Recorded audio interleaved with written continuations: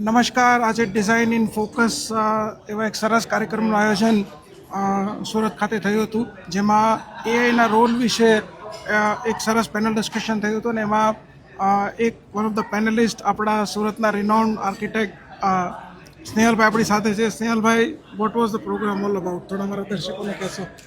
સો આ પ્રોગ્રામ એક ખૂબ સરસ ઇવેન્ટ હતો વર્લ્ડ ઓફ બ્રાન્ડ્સ કરીને કંપનીમાંથી, અને એક પેનલ ડિસ્કશન હતું કે આર્કિટેક્ચરનું જે પ્રોફેશન છે તેમાં આગળ જતાં એઆઈનો શું રોલ હશે, અને એની પર જે પેનલનું સિલેક્શન હતું એ પણ બહુ ઇન્ટરેસ્ટિંગ હતું.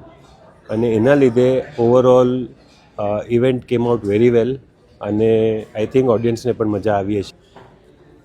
આખી ચર્ચામાં એક જે ઇમ્પોર્ટન્ટ પાર્ટ રિયલાઇઝ થયો છે કે એઆઈ તો રહેવાનું જ છે, પણ એઆઈ થકી આપણે શું કરી શકીએ, અને આખા પ્રોસેસમાં એઆઈ આપણને આઈડિયાઝ આપી શકે, ઇન્ટેલિજન્સ આપી શકે, પણ વિઝડમ તો માણસની જ રહેશે. અને એ ખૂબ જ ક્લિયરલી બહાર આવ્યું આજના પેનલ ડિસ્કશનમાં, અને આઈ થિંક આ બધા સાથે રહેશે આ.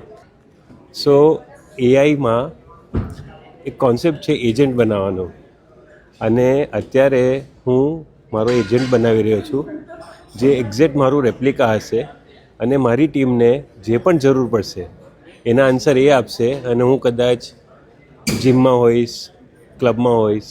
આવું એક સપનું જોયું છે. પણ genuinely AI agents is the future, અને it will really help people scale up અને build up a great practice. Thank you.